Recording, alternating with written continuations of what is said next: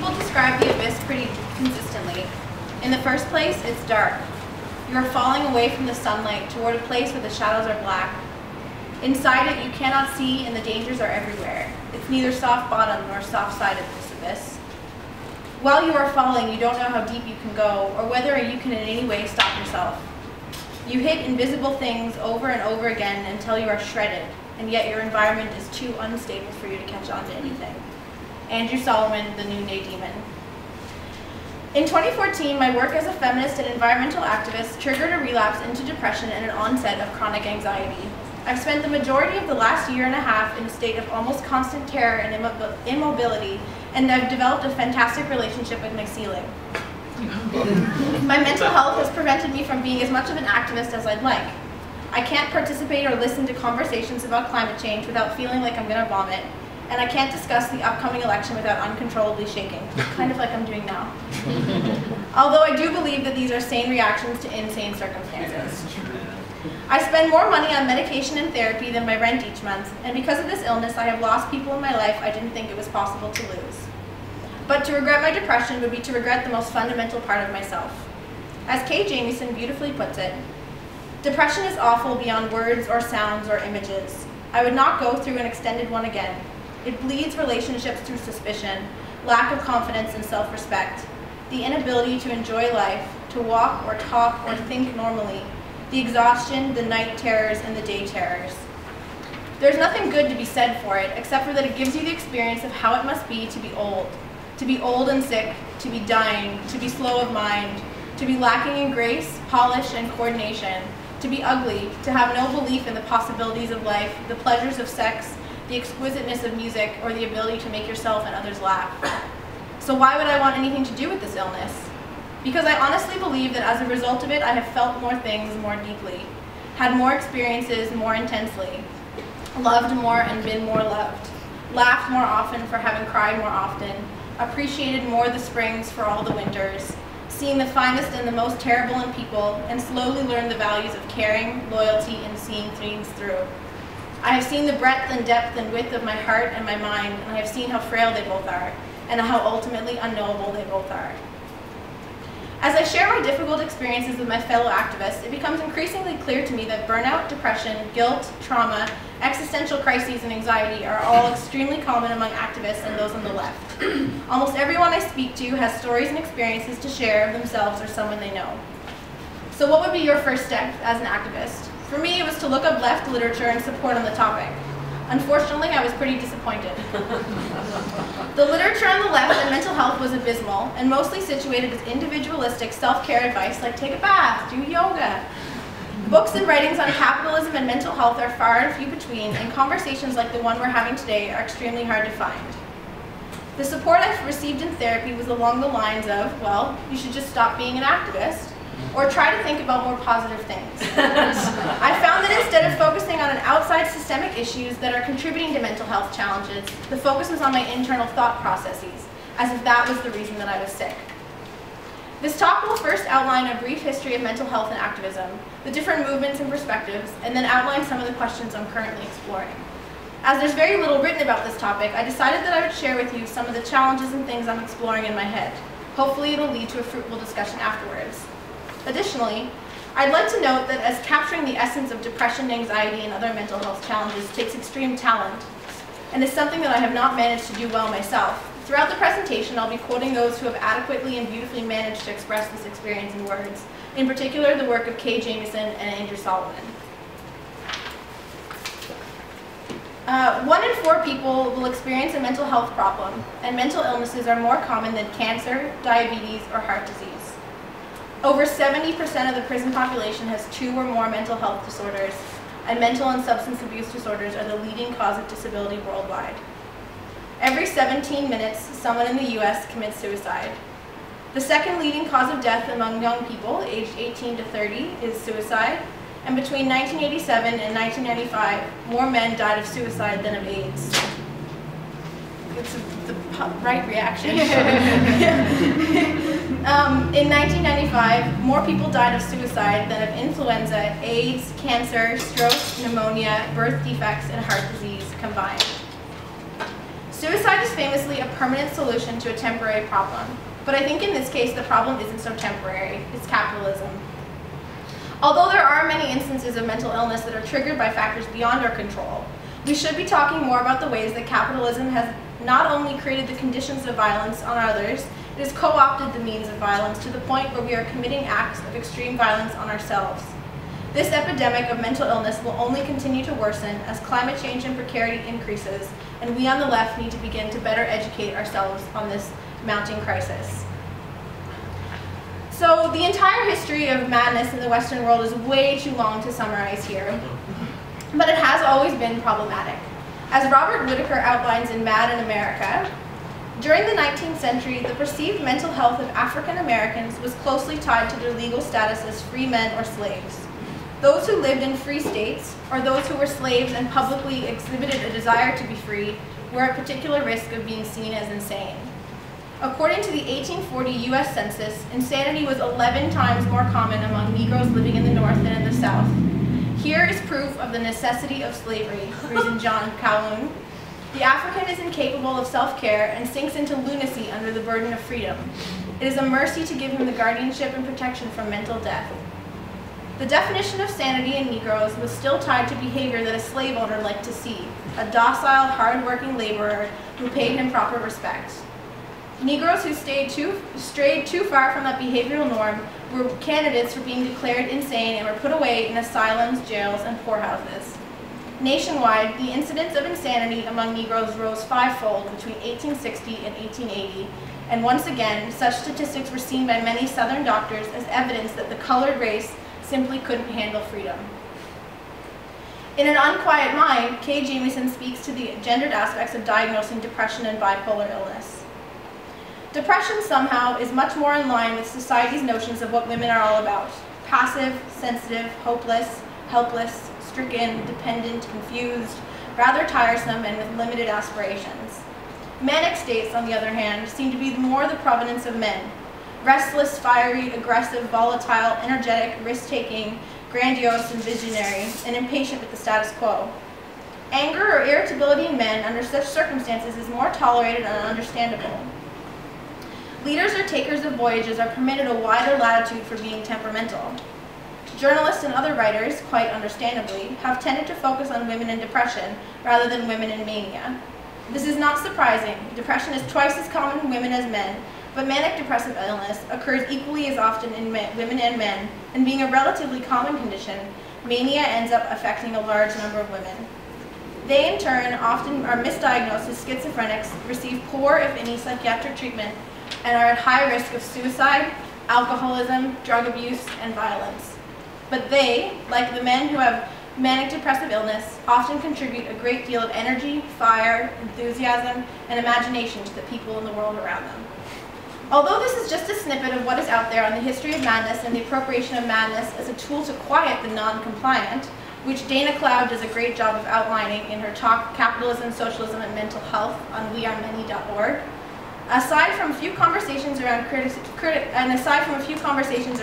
disability that include mental health, I have yet to see a current major movement in activism address some of these problems.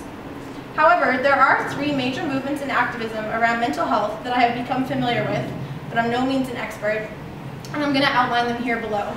Each of these is distinct in the ways that it views the mental health system and its suggested approaches for change. So the first one is the anti-psychiatry movement, which takes the approach that psychiatric treatments are more damaging than helpful to patients, and considers psychiatry a system of oppression due to unequal power relationships between doctor and patient and a highly subjective diagnostic process. It has been around for almost 200 years and is particularly opposed to the use of electroconvulsive therapy, lobotomies, and overprescription of pharmaceutical drugs, as well as the involuntary commitment of mental patients to mental health institutions. Anti-psychiatry movements refer to themselves as survivors of the psychiatric system instead of patients or consumers. They do not use terms like depression or hallucinations, but they use terms such as sad, low energy, and seeing what others do not hear or see. As Alex Fillingham notes in his book on Foucault, think of the patients in the back ward of a modern-day mental institution. These people's lives are tightly controlled. Can they resist? Of course, and they do all the time. But does anyone they see acknowledge that resistance as a rebellion against a power system that has them defined as abnormal and taking control of their lives? That lets them go only if they will live up to society's idea of normality? Doctors and nurses will hear all of these statements not as political resistance, but as uncooperative behavior, part of what justified locking them up in the first place. Only acceptance of the power system and its terms will get them defined as normal and thus get them released. Differing from the anti-psychiatry movement in some ways is the Mad Pride movement. It was originally started here in Toronto in the 90s and sought to reclaim terms such as mad, psycho, and crazy from misuse. The movement hopes to re-educate the general public on the causes of mental disabilities, the experience of those using the mental health system, and the global suicide pandemic. And it has been linked to the critical disability movement. Although there is overlap between the anti-psychiatry movements and the Mad Pride movement, Bonnie Burstow, a well-known anti-psychiatry advocate in the city, outlined some of the major differences in language and thought between the MAD movement and anti-psychiatry in her essay, Mad Matters Arose by Any Other Name. The downside of the anti-psychiatry discourse arises precisely from its most sterling strengths. It is oppositional, it speaks truth to power, and for that reason alienates officials and even some potential allies. Correspondingly, it can be upsetting to survivors who do not see themselves as harmed, who view psychiatry as a benign or rapidly improving resource.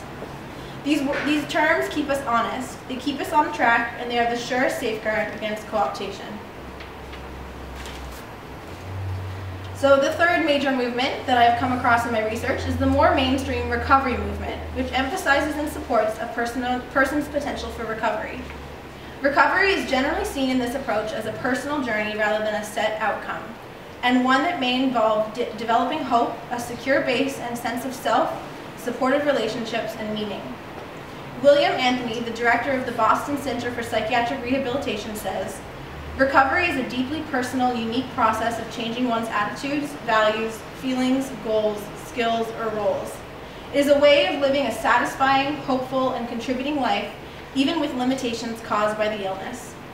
Recovery involves the development of new meaning and purpose in one's life as one grows beyond the catastrophic effects of mental illness."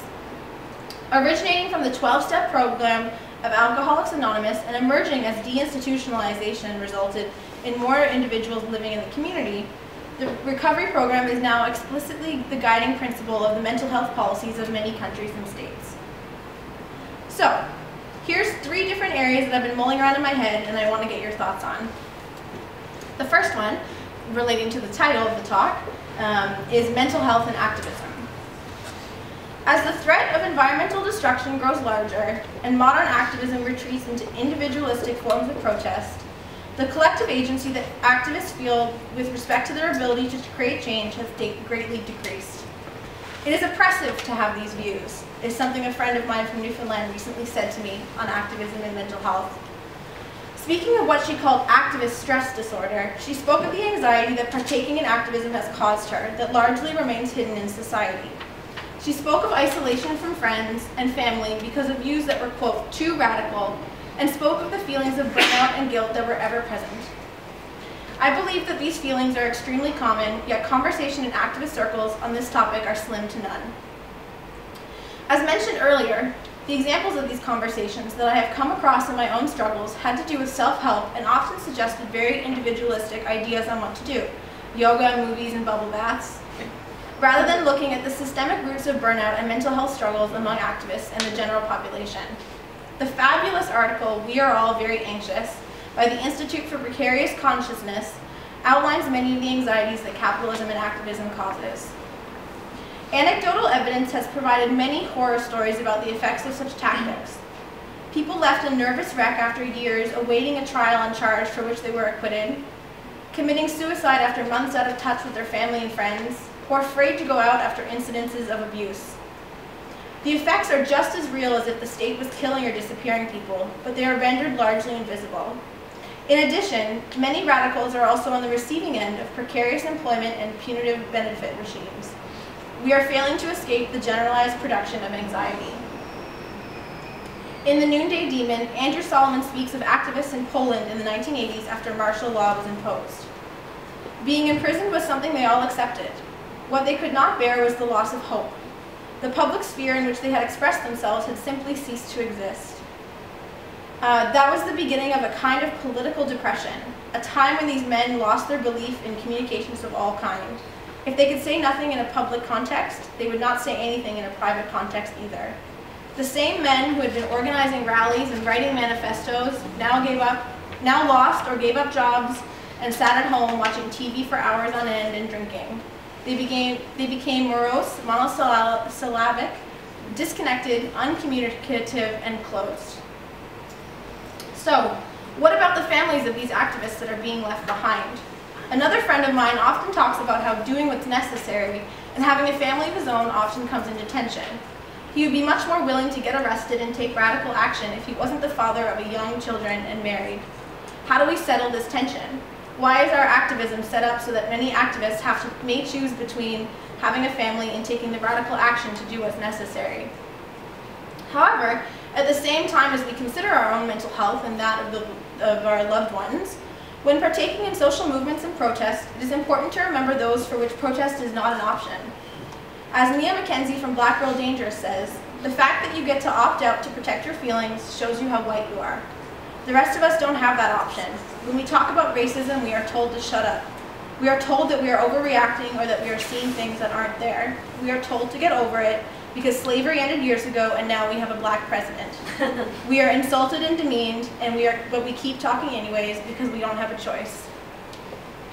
So what kind of accommodations can we really make as activists? There are hundreds of families where protest is not an option and is a necessity. How do we, the privileged, balance doing what's necessary with protecting our mental health and that of the ones we love?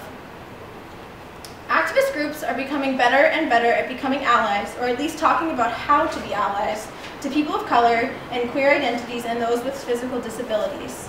I am unsure that we are at the same level of conversation with those who are struggling with their mental health. How can we advance this conversation within activist circles, and how can we make sure our activism is accessible to those suffering from anxiety and depression and other mental illnesses, and especially those suffering from anxiety and depression that stems from their work in activism? I'll end this section with a hopefully more optimistic quote from Derek Jensen's article, Beyond Hope. People sometimes ask me, if things are so bad, why don't you just kill yourself? The answer is that life is really, really good. I am a complex enough being that I can hold in my heart the understanding that we are really, really fucked, and at the same time that life is really, really good. I am full of rage, sorrow, joy, love, hate, despair, happiness, satisfaction, dissatisfaction, and 1,000 other feelings. We are really fucked, but life is still really good.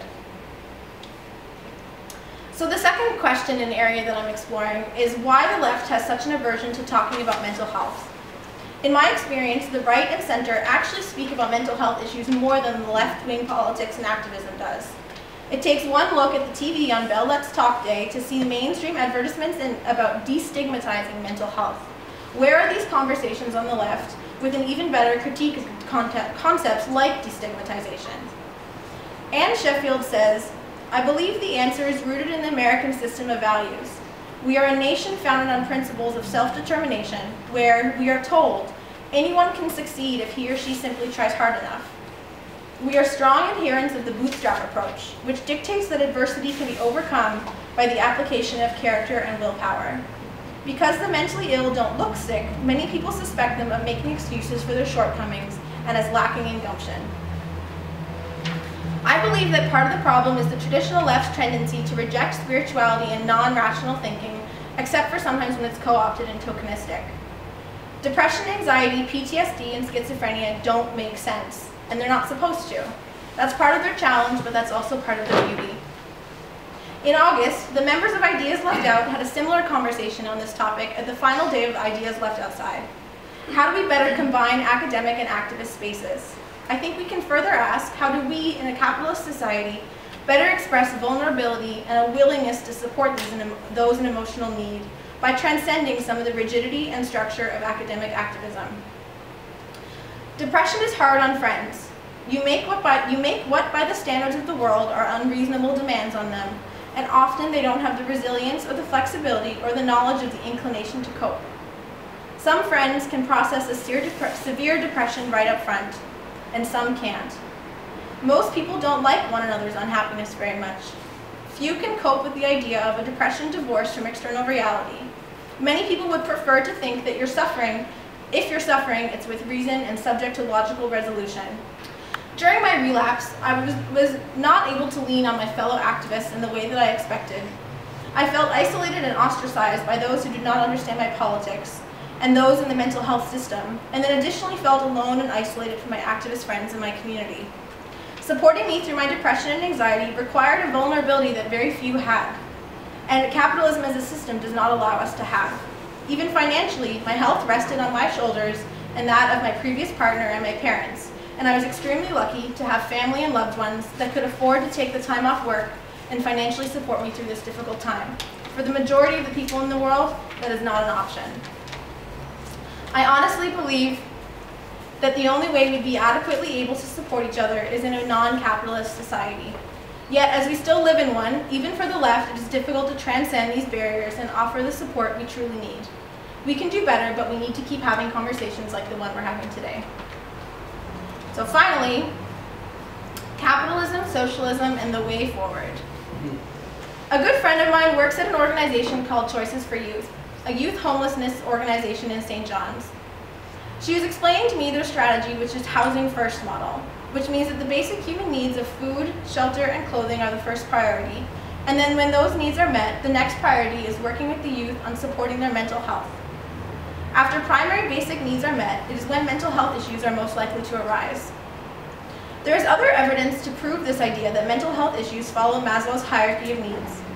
When one is in survival mode, searching for food, shelter, clothing, and water, your body in many ways prevents you from going into a state of extreme depression or anxiety as a survival tactic.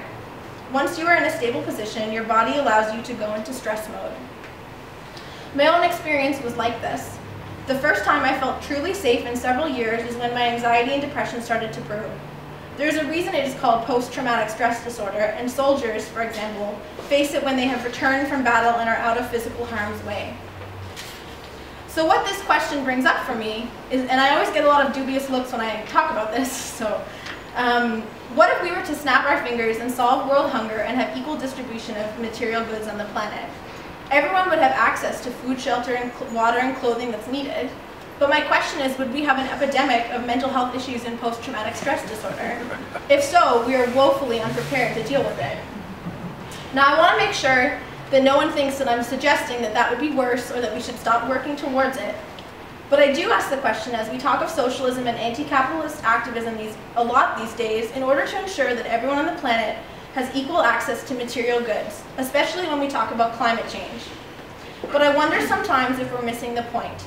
To me, this question reminds us that our fight for socialism needs to be more grounded in dignity, instead of just meeting humans' material needs. What are we actually fighting for when we say we want a socialist, anti-capitalist society? We need to remember why we're doing what we're doing. So I'm running out of time, and I've said a lot, but I want to end with one last quote. Many people say, so what? What can I do to help someone who's suffering? Andrew Solomon puts it beautifully. It is at least as awful to be alone in a mind that has gone against you. What can you do when you see someone else trapped in his mind? You cannot draw a depressed person out of his misery with love, though you can sometimes distract a depressed person with love. You can sometimes manage to join someone in the place where he resides. It is not pleasant to sit still in the darkness of another person's mind. It is almost worse to watch the decay of the mind from the outside. You can fret from a distance, or you can come close and closer and closest. Sometimes the way to be close is to be silent or even distant. It is not up to you from the outside to decide. It is up to you to discern. Depression is lonely above all else, but it can breed the opposite of loneliness. I love more and am loved more because of my depression. So many people have asked me what to do for depressed friends and relatives, and my answer is actually simple. Blunt their isolation. Do it with cups of tea or with long talks or by sitting in a room nearby and staying silent or in whatever way suits the circumstances. But do that and do it willingly. Thank you.